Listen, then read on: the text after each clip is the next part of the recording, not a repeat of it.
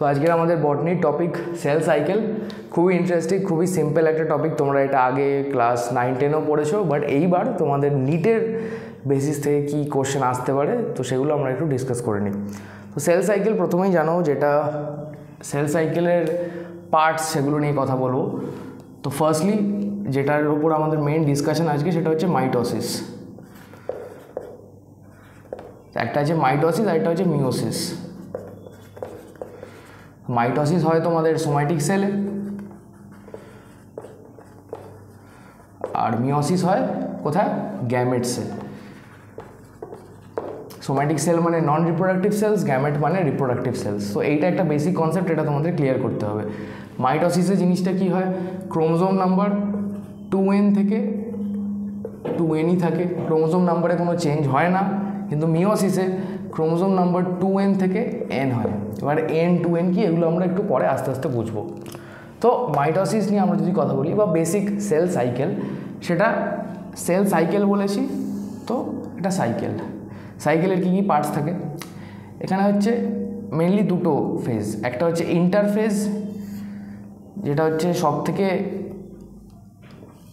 Most time consuming part of the cell cycle, যেটাকে আমরা বলবো ইন্টারফেজ।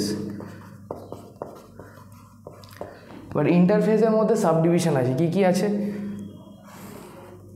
ফার্স্ট হচ্ছে G1 ফেজ, তারপর হচ্ছে S phase, lastly G2 phase. আচ্ছা, ইন্টারফেজ হয়ে গেল, তারপর কি হবে? তারপর সেলটা তো ডিভাইড করবে।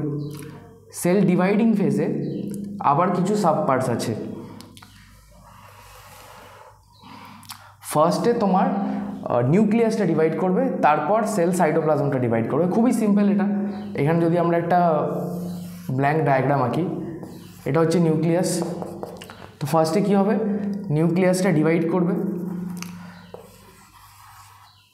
একটা নিউক্লিয়াস আছে, নিউক্লিয়াসটা এরকম ডিভাইড করলো,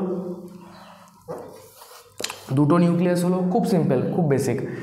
দুটো নিউক্লিয়াস হলো। এবার একটা সেলের ভেতর তো দুটো নিউক্লিয়াস কখনো থাকতে পারে না, তো সেল তখন চাইবে যে সাইটোপ্লাজমটাকেও ভাগ করিয়ে নিতে। এইখান দিয়ে একটা রিচ ফর্ম হবে, দুটো সেল এরকমভাবে বেরিয়ে আসবে। যেরকমভাবে নিউক্লিয়াস হয়েছিল সেরকমভাবেই সাইটোপ্লাজমটাও ডিভাইড করবে। এরকম হলো, দুটো আলাদা সেল তৈরি হয়ে গেল। এটা হচ্ছে সেল ডিভিশনের বেসিক কনসেপ্ট। এবার এই ডিভিশনটা কী কী পার্টে হয়? ফার্স্টে বললাম নিউক্লিয়াস ডিভাইড করে, সেটাকে বলা হয় ক্যারিওকাইনেসিস। ক্যারিওকাইনেসিস। আর সাইটোপ্লাজমটা যেটা ডিভাইড করছে সেটাকে আমরা বলবো সাইটোকাইনেসিস। সাইটোকাইনেসিস। এবার এই ক্যারিওকাইনেসিস মানে নিউক্লিয়ার ডিভিশনের সাব পার্টস আছে। ফার্স্টে যেটা সব থেকে লংগেস্ট সেটা হচ্ছে প্রোফেজ।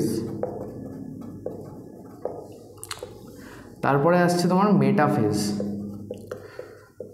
নিটে কোশ্চেনের জন্য মেটাফেজটা সব থেকে important with respect to question. তারপর আসছে anaphase, lastly telophase. Nuclear divide হয়ে গেল, তারপর সাইটোপ্লাজম ডিভাইড হলো, সাইটোকাইনেসিস। তারপরে কোন ফেজ? যদি কোশ্চেন আসে what is the phase after cytokinesis, তোমাদের অ্যান্সার হবে ইন্টারফেজ। সাইটোকাইনেসিসে কিন্তু সেল সাইকেল শেষ না, এটা কিন্তু সেল সাইকেল। সেল ডিভাইড চলতে থাকে, এটা কিন্তু মানে থেমে যাবে না কখনো। থেমে যাওয়ার কন্ডিশন আছে, সেটা আমরা পরে আসছি। সেল ডিভাইড হয়ে গেল, এবার এই সেলটা তো আবার ডিভাইড করবে, এই সেলটা আবার ডিভাইড করবে। তো সাইটোকাইনেসিসের পর আবার ইন্টারফেজ। এবার ইন্টারফেজের পার্টসগুলো একবার আমরা বেসিক বুঝে নিই। G1 phase. G1 ফেজ হচ্ছে মানে সেল নিজেকে তৈরি করছে ডিভাইড করার জন্য। এই ইন্টারফেজটায় কিন্তু সেলটা মেটাবলিক্যালি অ্যাক্টিভ থাকে। মেটাবলিক্যালি অ্যাক্টিভ, এটা খুব একটা important question. Metabolically active phase of cell cycle হচ্ছে ইন্টারফেজ। সেল যদিও ডিভাইড করছে না, বাট ডিভিশনের জন্য সেলটা তৈরি হচ্ছে। G1 ফেজে সেলের যা যা প্রোটিন সেল ডিভিশনের জন্য যেগুলো দরকার লাগে সেগুলো ইনক্রিজ হয়। S ফেজটা খুব important with respect to question. এখানে ডিএনএ রেপ্লিকেশন হয়। ডিএনএ রেপ্লিকেশন মানে একটা সেলের সেল ডিভিশনের আগে ডিএনএ আছে N, এই N না কিন্তু ক্রোমোজোম না, জাস্ট কোয়ান্টিটি বোঝাচ্ছি N। তো S ফেজের পর ডিএনএটা হয়ে যাবে 2N। তো যদি জিজ্ঞেস করে nucleic acid multiplication or replication occurs in which phase of cell cycle, তোমরা বলবে S phase of interphase of cell cycle. তো এখানে ডিএনএটা ইনক্রিজ হয়ে গেল। ডিএনএর পর G2 ফেজে কী হয়, সেল ডিভিশনের জন্য স্পিন্ডেল ফাইবার্স লাগে তোমরা জানো, তো সেখানে প্রোটিন থাকে, টিবিউলিন প্রোটিন, সেই প্রোটিনের সিনথেসিস হয় G2 ফেজে। এটা হচ্ছে important point with respect to G2 phase. এবার যদি আমরা এনসিআরটির উপর বেস করি, কয়েকটা পয়েন্টার আছে যেগুলো তোমাদের মনে রাখতে হবে, জাস্ট এনসিআরটিতে সেগুলো মেনশন আছে। একটা হিউম্যান সেল ডিভাইড করতে টাইম লাগে 24 আওয়ার্স। একটা ইস্ট সেল ডিভাইড করতে টাইম লাগে 90 মিনিটস।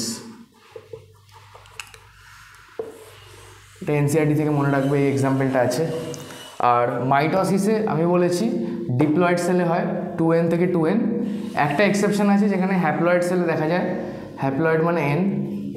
হ্যাপ্লয়েড সেলে একটা এক্সাম্পল আছে এক্সেপশন, মেল হানি বিজে মাইটোসিস দেখা যায় ইন হ্যাপ্লয়েড সেল, এইটা একটা এক্সেপশন।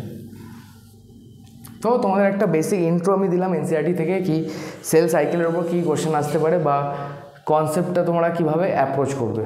তো এই অবধি আজকের ভিডিও এই অবধি। আশা করি তোমাদের সবার ভালো লেগেছে।